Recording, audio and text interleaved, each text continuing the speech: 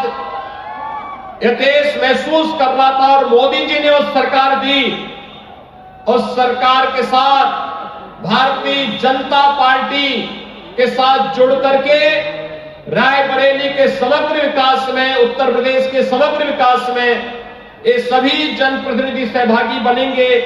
इस विश्वास के साथ मैं आज के इस कार्यक्रम में आप सभी का हृदय से अभिनंदन करता हूं, स्वागत करता हूं। भाइयों बहनों, मैं वास्तव में ये समझ नहीं पा रहा था कि रायबरेली, यहां पे राणा बेनीमाधव जी ने कभी भी विदेशी हुकूमत की अधीनता स्वीकार नहीं की थी।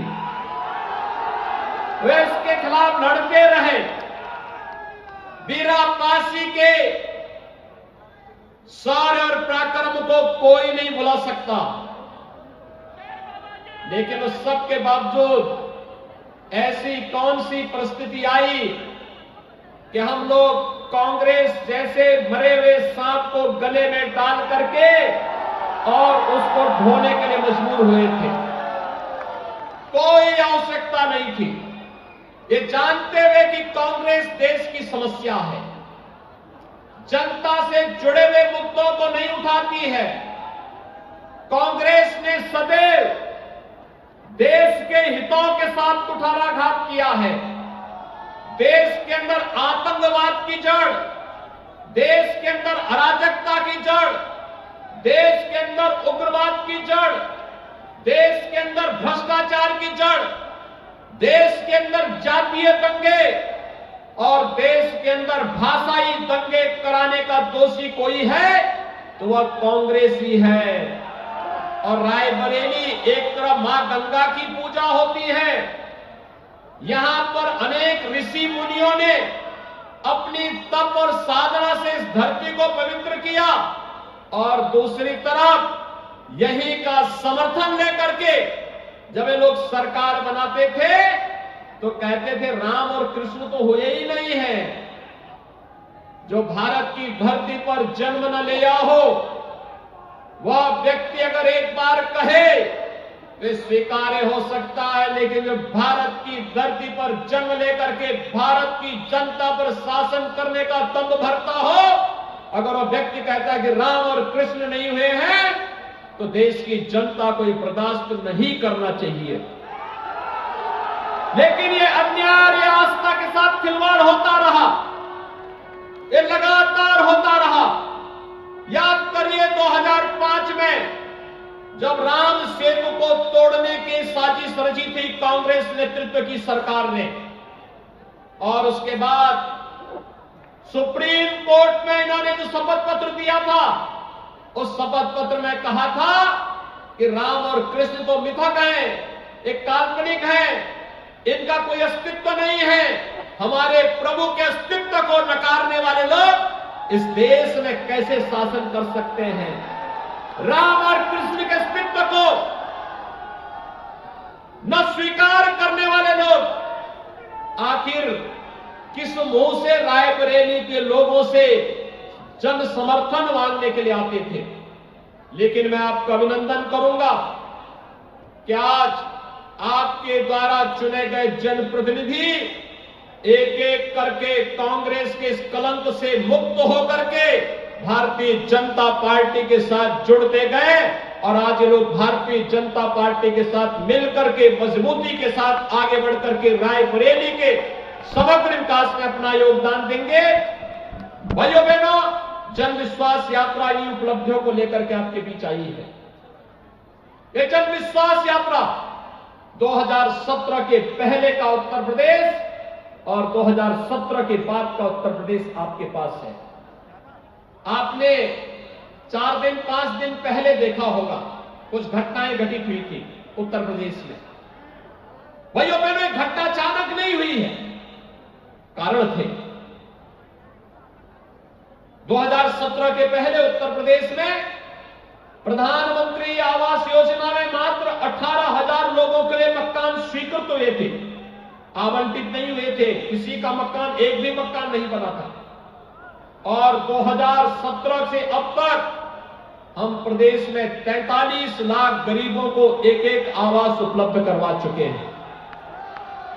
ये 43 लाख गरीबों को एक एक आवास आज जो प्राप्त हुआ है, 2,61,00,000 लोगों को जो शौचालय प्राप्त हुए हैं, भाइयों बहनों, पैसा पहले भी था, लेकिन पहले वो पैसा कैसे सत्ताधारी दल के नेताओं की जेब में और उनकी तिजोरियों को भरने में लगाया जाता था। आज जब जेसीबी से उनकी दीवारों को तोड़ करके पैसा निकाला जा रहा है, आप देख रहे होंगे नोटों की ढेर निकल रही है, नोटों की गड्डियां निकल रही हैं और लोग सफाई दे जा रहे हैं। समाजवादी इत्र का नारा देने वाले प्रदेश में किस प्रकार का बदबू, भ्रष्टाचार का बदबू फैलाते थे, ये दृश्य भी उत्तर प्रदेश वासियों ने देखा है। और भाइयों बहनों, एक बात और समझ में आई होगी, आप सबने देखा होगा कि 2016 में जब मोदी जी ने नोटबंदी की घोषणा की थी, तब समाजवादी पार्टी इसका विरोध क्यों कर रही थी। अब तो समझ में आ गया होगा, क्योंकि इनके घरों में नोट की गड्डी भरी हुई थी। भ्रष्टाचार इनके जीन्स का हिस्सा बन गया है। भ्रष्टाचार के बगैर इनका काम ही नहीं चलता। विकास इनकी कोई सोच नहीं। याद करिए 2017 के पहले किसानों की स्थिति क्या थी, युवाओं की स्थिति क्या थी, प्रदेश के अंदर महिलाओं की स्थिति क्या थी, कैसे भेदभाव होता था, कैसे गुंडा राज की स्थिति थी, कैसे पर्व और त्योहार आते थे और पर्व और त्योहार आते ही प्रदेश में दंगे शुरू हो जाते थे। मैं पूछना चाहता हूं, 2017 के पहले जो दंगाई प्रदेश के अंदर पर्व और त्योहार के पहले दंगा करते थे, क्या आज उनमें दुस्साहस है कि वे दंगा कर पाएंगे? आज उत्तर प्रदेश में कोई दंगा नहीं कर सकता, क्योंकि अगर दंगा करेगा तो उसे मालूम है कि 7-7 पीढ़ी दंगा की भरपाई करते करते थक जाएगी, लेकिन दंगा की भरपाई नहीं कर पाएगी, पीढ़ी गुजर जाएगी।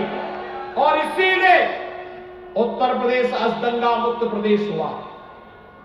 प्रदेश में दंगे नहीं तो पर्व और त्योहार शांतिपूर्ण तरीके से संपन्न हो रहे हैं।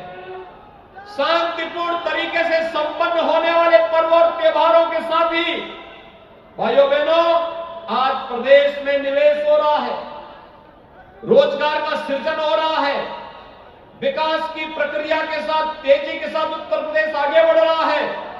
और उत्तर प्रदेश भी अब देश और दुनिया के सभी निवेशकों के सामने इस विश्वास के साथ आगे बढ़ रहा है कि उत्तर प्रदेश अब नंबर 1 का प्रदेश बनने की ओर अग्रसर है देश के अंदर। ये जन विश्वास यात्रा उसी नंबर 1 का प्रदेश बनाने के लिए आप सभी का आशीर्वाद प्राप्त करने के लिए आज आपके बीच यहां पर आई है। भाइयों बहनों, 2017 के पहले किसान बदहाल था, आत्महत्या करने के लिए मजबूर था, कर्ज तले दबा हुआ था। 2017 में सरकार बनी, हमारी सरकार ने पहला फैसला किया और वह हमारी सरकार का पहला फैसला था, और वह फैसला था 86 लाख किसानों का 36,000 करोड़ रुपए का कर्ज माफी का कार्यक्रम।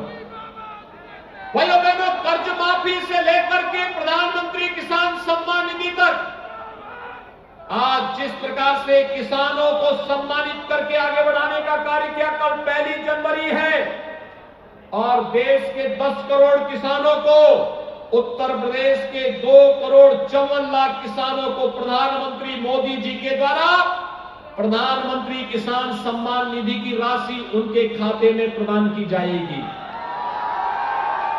2,54,00,000 किसानों के खाते में राशि आएगी कल। ये राशि कांग्रेस भी दे सकती थी, कांग्रेस ने नहीं दिया।